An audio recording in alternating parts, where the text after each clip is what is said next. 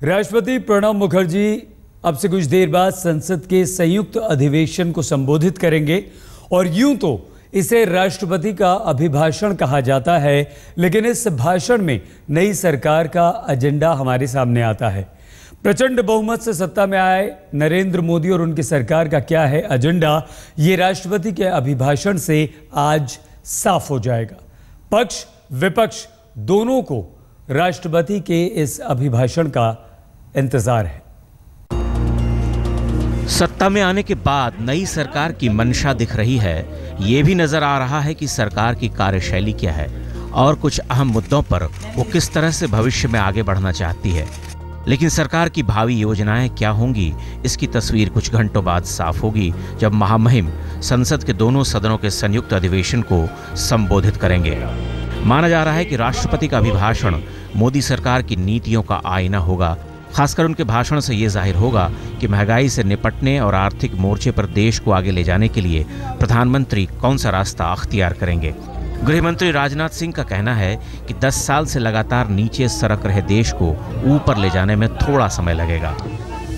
लंबे अरसे से व्यवस्था पूरी तरह से पंगु हो गई है, बिगड़ गई है। इस व्यवस्था को सुधारने में हमें आप कुछ मोहलत दें, हमें आप समय दें। कांग्रेस पार्टी को मोदी की आर्थिक नीतियों का बेसब्री से इंतजार है। खासकर कांग्रेस पार्टी ये जानना चाहती है कि महंगाई पर मोदी का मॉडल कैसा होगा। सबसे पहले तो ये देखना होगा कि राष्ट्रपति के भाषण के अंदर किन किन मुद्दों के साथ डील किया जाता है, सरकार किन मुद्दों को हाईलाइट करती है, किन मुद्दों को प्रायोरिटीज़ देती है। क्या सरकार उन मुद्दों को जिनके बारे में वादा किया है, प्राइस राइज है, महंगाई है, ये तमाम चीज़ें हैं, पेट्रोल की कीमत है, डीजल की कीमत है, आर्थिक स्थिति है, इनके बारे में सरकार क्या प्लानिंग करती है। सत्ता में आने से लेकर अब तक नरेंद्र मोदी और उनके सिपह सलाहकारों ने अपने एजेंडे पर तो कई बार बात की, लेकिन राष्ट्रपति के अभिभाषण में इस बात की पहली बार झलक मिलेगी कि आखिर वाकई मोदी सरकार आम आदमी के हितों के लिए क्या करने जा रही है। महंगाई और भ्रष्टाचार को रोकने के लिए क्या क्या योजनाएं हैं और अपने घोषणा पत्र में किए गए वादों को वो कैसे अमल में लाएगी। बहरहाल माना यह जा रहा है कि राष्ट्रपति अपने भाषण में बीजेपी सरकार के 100 दिनों के एजेंडे पर बात करेंगे, जिनके बारे में मोदी पहले ही अपने मंत्रियों को ताकीद कर चुके हैं। देश की आर्थिक नीति पर जोर होगा। पिछली सरकार के समय क्या हुआ और अब क्या होने वाला है, ये बताने की कोशिश होगी।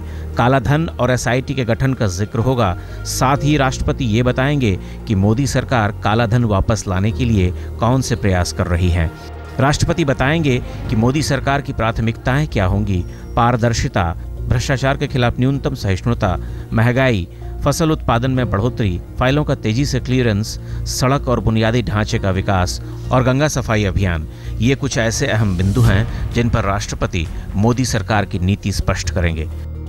बीजेपी पहली बार बहुमत में आई है और पहली बार ही ऐसा हो रहा है कि बीजेपी के किसी नेता से देश के बहुत बड़े हिस्से को आशाएं हैं। देश ने बदलाव की उम्मीद से वोट किया, अब बदलाव को अनुभव करने का समय है। राष्ट्रपति का भाषण ये तय करेगा कि मोदी की अगुवाई में बदलाव की रूपरेखा क्या होगी।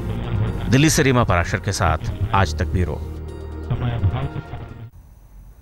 प्रधानमंत्री नरेंद्र मोदी जिस तरह से काम कर रहे हैं उससे उनकी रणनीति का पता चल रहा है और मुख्य बिंदुओं पर उनकी योजनाएं भी सामने आ रही हैं। खासकर पिछले 10 दिनों में मोदी ने महंगाई, परिवहन व्यवस्था और गंगा सफाई अभियान पर बहुत तेजी से काम शुरू कर दिया है। सचिवों से लेकर मंत्रियों तक उनकी सक्रियता से ही ये साफ हो जाता है कि नरेंद्र मोदी का एजेंडा बिल्कुल साफ है। नई सरकार बनी है, नया माहौल है, नई उम्मीदें हैं, नया जोश है। कुछ चीजें तो साफ दिख रही हैं, सक्रियता भी नजर आ रही है। पिछले 10 दिनों में नरेंद्र मोदी ने अपनी प्राथमिकताएं भी जाहिर कर दी हैं। देश की सबसे बड़ी मुश्किल महंगाई को काबू में करने के लिए मोदी ने अपने वो पुराने 64 मंत्र निकाले हैं जो उनसे कभी मनमोहन सरकार ने महंगाई कम करने के लिए मांगे थे। कैबिनेट सचिव ने महंगाई कम करने के लिए सचिवों के साथ बैठक की और मोदी के उन 64 मंत्रों का पाठ किया जो मनमोहन सरकार को मार्च 2011 में दिए गए थे। सचिवों की बैठक में कुछ अहम मुद्दों पर चर्चा हुई। खाने की जरूरी चीजों की कीमतों पर काबू पाने के लिए प्राइस स्टेबलाइजेशन फंड बनाया जाए ताकि राज्य सरकारों को मदद की जा सके। दिलचस्प यह है कि इस बात का जिक्र बीजेपी ने अपने घोषणा पत्र में भी किया था। फूड कॉरपोरेशन ऑफ इंडिया यानी FCI के विभागों को अलग कर दिया जाए ताकि कामकाज तेज हो सके और जिम्मेदारी ठीक से तय हो सके। कालाबाजारी और जमाखोरी को गैर जमानती अपराध की श्रेणी में रखा जाए और इसके लिए सजा भी बढ़ाई जाए। कोऑपरेटिव को बढ़ावा देकर कृषि बाजार को मजबूत किया जाए जिससे किसानों को अच्छी कीमत मिले और बिचौलियों से छुटकारा मिले। इस वक्त नरेंद्र मोदी सरकार का पहला एजेंडा गिरती हुई अर्थव्यवस्था को पटरी पर लाना है और ये एजेंडा राष्ट्रपति के अभिभाषण में भी साफ दिखाई देगा। मुमकिन है कि ये भी दर्शाया जाए कि आखिर पिछली यूपीए सरकार से एनडीए की सरकार को विरासत में क्या-क्या मिला और किस तरह से आने वाले दिनों में महंगाई और खासकर अर्थव्यवस्था को पटरी पर लाने के लिए नए-नए उपाय किए जाएंगे। कैबिनेट सचिव अजित सेठ ने सचिवों को ये निर्देश भी दिया है कि मानसून कम रहने की सूरत में सूखे से निपटने की तैयारी कर ली जाए। मोदी की प्राथमिकताओं की सूची में गंगा सफाई बहुत ऊपर है। मोदी चुनाव प्रचार के दिनों से लेकर चुनाव जीतने के बाद तक गंगा की सफाई के लिए अपनी प्रतिबद्धता जाहिर करते रहे हैं। प्राथमिकताओं की सूची में सड़क परिवहन व्यवस्था में बड़ा बदलाव भी शामिल है। मंत्री महोदय पहले ही लाइसेंस के नियमों में बदलाव की बात कर चुके हैं, अब बदलाव के रास्ते पर चल भी पड़े हैं। नितिन गडकरी कह रहे हैं कि देश में पहली बार कोई ऐसी सरकार आई है जिसने जीत की अंगड़ाई तक नहीं ली और काम में जुट गई। कि मुझे अभी ज़्यादा काम करने का समय नहीं मिला है, कुछ करके मैं आऊँगा तो मैं आपको ज़्यादा अच्छा बता पाऊँगा। मंत्रियों को कड़े संदेश पहले ही दे दिए गए हैं। 100 दिनों का समय दिया गया है। सचिवों से मोदी आजाद होकर काम करने को कह चुके हैं, लेकिन सबसे परिणाम को ध्यान में रखकर काम करने को कहा गया है। 100 दिनों की उल्टी गिनती शुरू हो चुकी है। देखिए परिवर्तन के 100 दिन कैसे रहते हैं। रीमा पराशर के साथ बालकृष्ण, दिल्ली आज तक। सबसे दिलचस्प बात यह है कि देश के प्रधानमंत्री नरेंद्र मोदी हैं और संसद के संयुक्त अधिवेशन को राष्ट्रपति प्रणब मुखर्जी संबोधित करने वाले हैं। दोनों अपनी अपनी पार्टियों के कद्दावर नेता हैं। एक कांग्रेस पार्टी के संकट मोचक माने जाते थे तो दूसरे बीजेपी के उद्धारक हैं।